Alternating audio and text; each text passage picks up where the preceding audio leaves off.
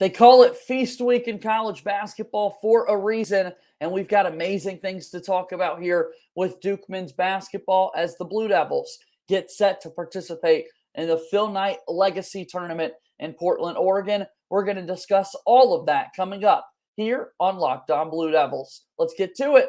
You are Locked On Blue Devils, your daily podcast on the Duke Blue Devils, part of the Locked On Podcast Network, your team every day.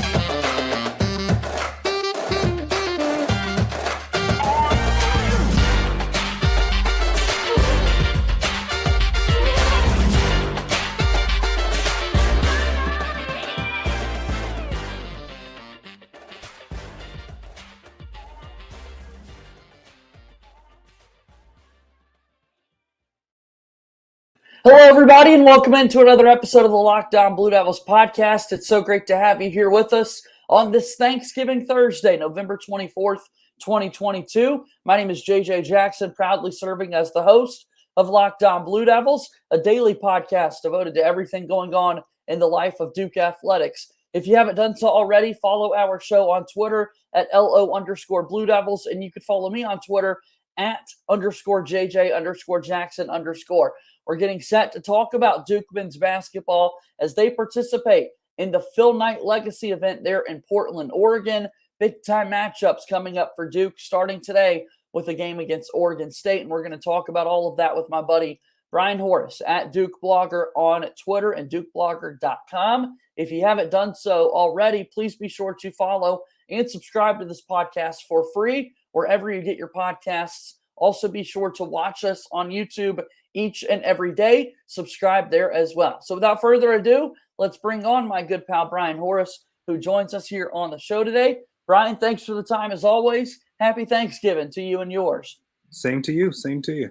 Excited to get right to it, man. We got a lot to talk about. Duke basketball has now played 5 games on the season, and it's a good feeling that we're able to actually talk about results on the court as opposed to speculating certain things. Oh, most definitely. It's good to have basketball back, and yeah, it's in full swing, and we're able to, see all these predictions and come to actual fruition now. So yeah, it's a perfect time of year. This is deemed Feast Week for a reason. You've got all of these big time tournaments between Maui and the Battle for Atlantis, and teams playing in Cancun or wherever they're playing. You've got a lot of big-time basketball games. Like March Madness, you've got games all day long, it feels like, and that sort of thing. I mean, what do you appreciate about Feast Week in terms of these big matchups that we're getting? I mean, this is what it's all about. We've been waiting since March and April and May for this to happen. So, yeah, and it's constant. You can any time of day you can turn a game on. It's just feasting. Feast Week for a reason. This is why we're here, and it's and a lot of these matchups are going to have huge implications on what happens down the line in March. I mean, there's some big time stuff. Gonzaga, Kentucky earlier. Obviously, the Arkansas versus Creighton the other day. I mean, there's a lot of huge right now. Yeah, no, you're exactly right, and we've got good matchups that are going to be had in Phil the Knight Legacy event. There's also a separate portion of the Phil Knight bracket that features the North Carolina Tar Heels and several other teams. For Duke, they've already played the game against Kansas, of course, in the Champions Classic, but the opponents here in the Phil Knight Legacy event this week are set to be major conference opponents as well. The games have been necessary, all 5 of them so far this season, but this will definitely be a step up in competition that Duke gets set to see this week. Oh, without a doubt. I mean, obviously Oregon State first. That team is no slouch coming in. I think they're 3-1. They're going to be a tough out. Obviously, you got Florida after that, I believe, or Xavier. Both of those teams are actually 3-1 as well. So it's going to be an interesting matchup. Either way, whatever team Duke ends up playing, it's going to be a resume builder. So, and these are the types of games that sort of prepare you going into conference play. It'll be good to see Duke basketball again later today, taking on Oregon State, 3 p.m. Eastern. You'll be able to watch Duke basketball take on Oregon State. 4-1, the record for Duke men's basketball. What's the one bright spot that you'd like to highlight about Duke hoops that you've noticed so far? I think the bigs currently. I mean, I think obviously Kyle Filipowski's been playing, off the charts. He's Duke's leading scorer. He was the guy that coming in. A lot of people were who had seen practices were sort of down on him a little bit because he had one bad practice or two bad practices. They were sort of like, well, okay, well this guy's not going to be the guy, but he's been the guy. I mean, leading scorer. He's been rebounding. He had a couple of double doubles. He's been sort of the guy that's getting this team going, and he's doing it from inside, outside, making good passes. So he's been a bit of a surprise, I think. I think everyone expected, Lively to be the guy, but Filipowski's showing his versatility, and he's a fighter and a winner. And not to mention the work that they're doing rebounding the basketball too. I mean, the numbers there have been really impressive. I mean, I don't know that I necessarily would have expected right away, right out of the gates, to see Duke be a top 10 team in so many areas as a rebounding team. Yeah, the offensive rebounding especially. I think they're plus 69 right now in second chance points. Wow. And so, they're doing a lot of offensive rebounding. And they've actually gotten a lot of rebounds from the guard spot as well. I know Tyrese Proctor's had a couple of games where he's had 7+ rebounds. So Good point. They're getting some rebounds from different areas, not just, their bigs. So that's a huge thing for them. Let's continue to talk about Duke men's basketball and other bright things that we're noticing after we take our first time out here on today's episode of Locked On Blue Devils. Locked On Blue Devils here today is brought to you by our friends over at BetOnline. BetOnline is your number one source for sports betting information, stats, news, and analysis. Find the latest odds and trends for every professional and amateur league out there, from football to basketball to soccer and esports. We've got it all at betonline.net. And if you love sports podcasts, you can find those at BetOnline as well. We're always the fastest and easiest way to get your betting fix. Head to the website today or use your mobile device to learn more. BetOnline, where the game starts. Continuing to move forward here on today's episode of Locked On Blue Devils, my name is JJ Jackson, alongside my buddy Brian Horace at Duke Blogger on Twitter and DukeBlogger.com. If people have never been to DukeBlogger.com, Brian, tell us a little bit about it. I try to, put out all of the latest information regarding whether it be recruiting, game recaps, game previews. Preview should be out for today's game, and anything Duke related, come on by. Absolutely. That's what we like to see as Duke gets set to take on Oregon State a little bit later today. We've been talking about the great rebounding efforts that Duke has had this season, and it starts a lot with those bigs. And Kyle Filipowski, Derek Lively II, of course, working his way back from injury, and great rebounding efforts so far from Tyrese Proctor. The bright spot that I always like to highlight so far this year, Brian, has been the defensive effort as well. I mean, I've just been so amazed that you factor in all of the new faces, the new players playing together for the first time. And man, it feels like they've been playing together for years at this point with the communication and how effective they've been on the defensive end. I think so. I think a lot of that is John Shire and Emil Jefferson also. I think they've made defense a priority this season, and part of that is communication. And I think a lot of the guys that they recruited that came in, especially Lively, who is a very, very good communicator on defense. I think a lot of that is why he's at Duke. A lot of people assume that, well, he's just going to be a 20-point scorer, and that's what he's here for.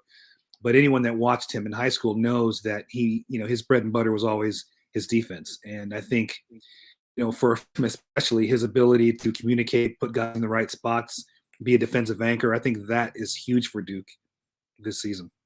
Without a doubt. I mean, it's just so impressive that you've got all of these players wanting to give that effort on the defensive end of the floor, and you've got so many guys factoring in, and that defense does take energy, and it's not the fun thing to do, and oftentimes we forget to talk about it when it's going so well, and it feels like it's like the offensive line in football. You're only noticing it if things aren't going so well, so giving praise to the defense for the job that they've done. Exactly. I also think Shire's done a good job of scheduling games that test his defense, that put them in situations that they may not, normally have been in, like the Bellarmine game, for instance. A team that cuts a lot, that eats into their shot clock a lot. And I think that game in particular, this group grew up a little bit. I think they learned that, okay, we have to keep our heads on the swivel.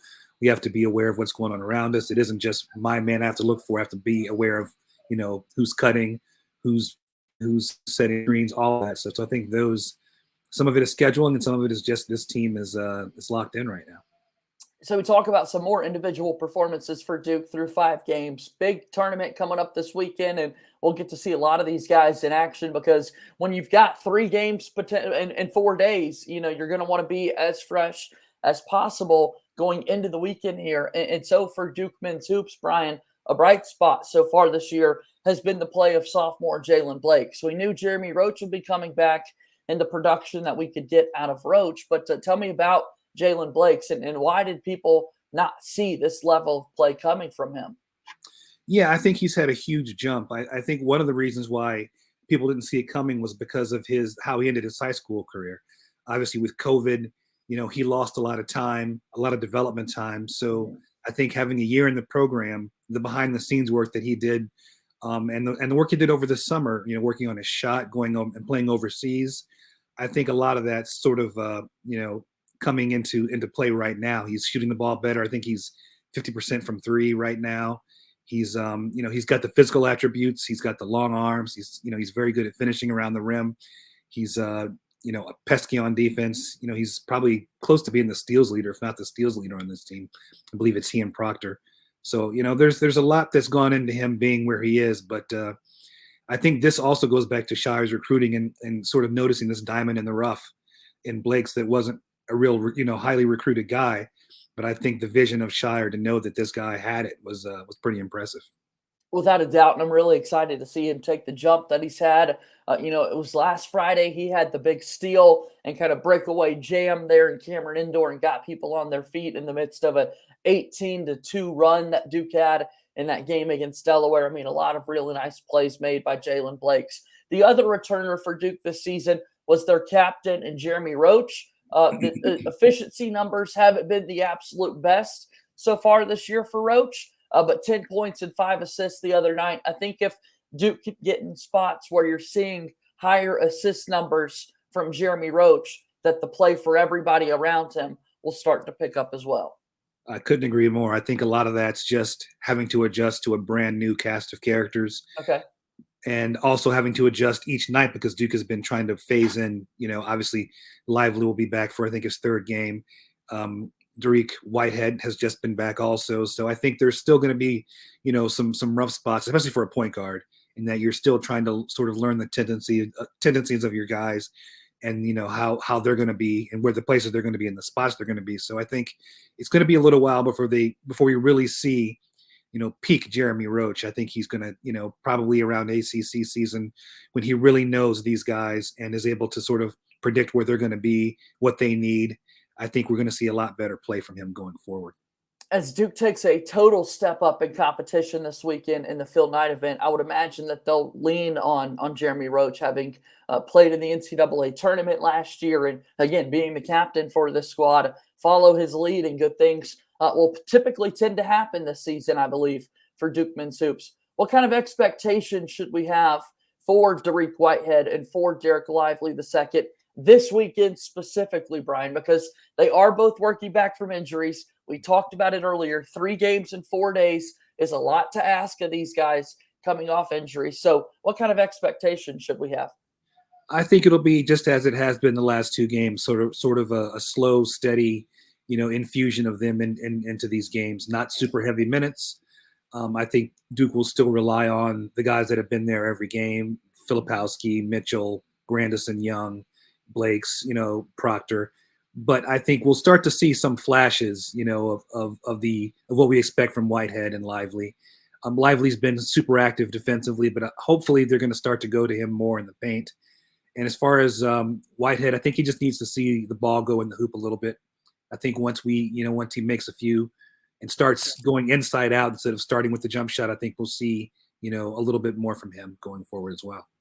I can't wait to see those guys get back to full health and what that adds to this Duke men's basketball team, a team that is already so deep. And again, it feels like we've been talking about a bunch of names and there's still left to guys to be discussed. Someone like Mark Mitchell as well. I mean, what a debut he had in the Duke uniform with 18 points and some of his other games it's been quiet, but then you look up and he's got another double-digit scoring performance as well, it tends to see. So what about Mark Mitchell's play? Yeah, I think his versatility, is also a huge plus for Duke. He's a guy that, he has a, high motor guy, gets rebounds. He's a decent driver. Jump shot's a little flat, but it's going in. I mean, he's shooting also 50%. I mean, obviously it's early, Right. but he's made half of his 3-point shots. With him, I think it's just going to be a matter of knowing when to drive, when not to drive. And, he's going to get his opportunities, but I think his versatility is going to be huge for Duke this season. Being a guy that can play the 4, they can bring him at the 5 if they want to go small. I mean, he's a super versatile player. Brian Horace joining us here today on Locked On Blue Devils. He's at Duke Blogger on Twitter. Let's take our last time out of today's show, and we wrap up our conversation after this here on Locked On Blue Devils. Thank you so much for making Locked On Blue Devils your first listen today. For your second listen, also be sure to check out Locked On Sports today. From the games that matter the most to the biggest stories in sports, go beyond the scoreboard and behind the scenes with local experts and insights only Locked On can provide. Locked On Sports Today is available on YouTube or wherever you get your podcasts. Final few moments here on today's episode of Locked On Blue Devils. JJ Jackson alongside my buddy Brian Horace as we get set to talk about the Phil Knight Legacy Invite that Duke is going to be participating in this weekend. And then also, Brian, it's rivalry weekend in college football, the last week of the regular season. Duke's taking on Wake Forest. Of course, we've got Ohio State, Michigan, Auburn and Alabama in the Iron Bowl, USC Notre Dame, NFL action back this weekend. The World Cup is taking place this year at this time. I mean, my, oh my, it's hard to keep up with everything going on. Yeah, November is a great time for sports. I mean, you've got, all the major things going on, NFL even. It's a fun time. If you're a sports fan, this is it. Like eating and watching sports. Yeah. It's all there. No doubt. Well, we got Thanksgiving food to enjoy today, as well as Duke basketball as they get set to take on Oregon State, a team that has been in the NCAA tournament in the past few years, and a squad that Duke's going to be tested again. An opponent out of the Pac-12, and for Duke, again, you're playing power conference opponents now at this point. So tell me a little bit about the Phil Knight Legacy event. I mean, how are you feeling about Duke going into the weekend? I'm feeling pretty good. I think this is going to be a huge test for them. It's going to be, regardless of the result, it'll be a huge growth, experience for this team, not only in terms of just the endurance of playing these games in such a small amount of time, but obviously, as you mentioned, the level up in competition. And people want to sleep on Oregon State, but they're no slouch. I mean, they have some guys and some girth on that team. So looking forward to seeing how Duke handles, especially Andela. He's a big guy, 248. No one on Duke's roster can match him physically. So it's going to be interesting to see, how they choose to guard someone like that. Yeah, big on the interior. Those guys are going to have to step up. We've seen Filipowski be so active in the post, and the defense has worked itself out so far early in the year, and hopefully that's the case again today for Duke. And then this game is paired with Florida and Xavier, meaning the winner plays the winner of that one, and the loser plays the loser of that game. Again, another matchup where, look, you've got big competition that's possible for Duke, and then a day off on Saturday, and then on Sunday, you're right back in action. And on the other half of this bracket in particular, Gonzaga could possibly be looming for the Duke Blue Devils. And we have been treated with some absolute dynamic Duke and Gonzaga games over the last few seasons. Oh, without a doubt. And I think Drew Timme's been there for about 16 years. And I think there's a statue of him outside the arena. But it's going to be, if Duke can get to that game and get a shot at Gonzaga, that's going to be a huge one for them, because that Gonzaga team is legit. I mean, Timme is their leader, but they've got a lot of guys on that team that can put the ball in the basket and play really good defense as well. Brian Horace here with us on Locked On Blue Devils. If there's one area that you really want to see Duke improve, or that could be worrisome going into a week like this, what would it be? I want to see them limit their turnovers. I still think they're turning the ball over a little more than I'd like to see. Some of them forced, some of them unforced. I think, some of that, again, it's just, freshmen are going to freshmen. Yeah. But I'd like to see them sort of limit those turnovers. And if they can do that, then I think this game will be I don't want to say cakewalk, but I think it'll be a lot easier for them if they don't shoot themselves in the foot by turning the ball over. That's what I was going to ask. I mean, is this a product of being such a young team, of learning how to play with one another, the chemistry that's involved? We're praising it on the defensive end of the floor, but offense is just as important of a factor. You got to put the ball in the bucket and that sort of thing. Or this early in the year, I guess it has been a variety of a couple of different things. Yeah, it's a perfect storm right now. Obviously, you have 11 newcomers on the team. You have 2 guys that are trying to work themselves back into a lineup that played 3 or 4 games without them. So I think it's just those 2 things, combined that are, causing a little bit of not friction, but a little bit of mistake proneness, I'd say. So I think once they learn to play with each other a little more, I think those things will work themselves out. I think the team that comes out of this tournament will be a different team than the one that goes in. Brian Horace joining us here today on Locked On Blue Devils. The time is always greatly appreciated. I love our chats. And again, DukeBlogger.com is absolutely a must-stop for all Duke fans out there. Great previews and recaps. I love reading what you've got to say after the games. Brian, there was a clever pun that you made in regards to the Blue Hens mascot in the Delaware game I was reading the other day. And so I really want people to go out and check out your website, my friend. Appreciate it.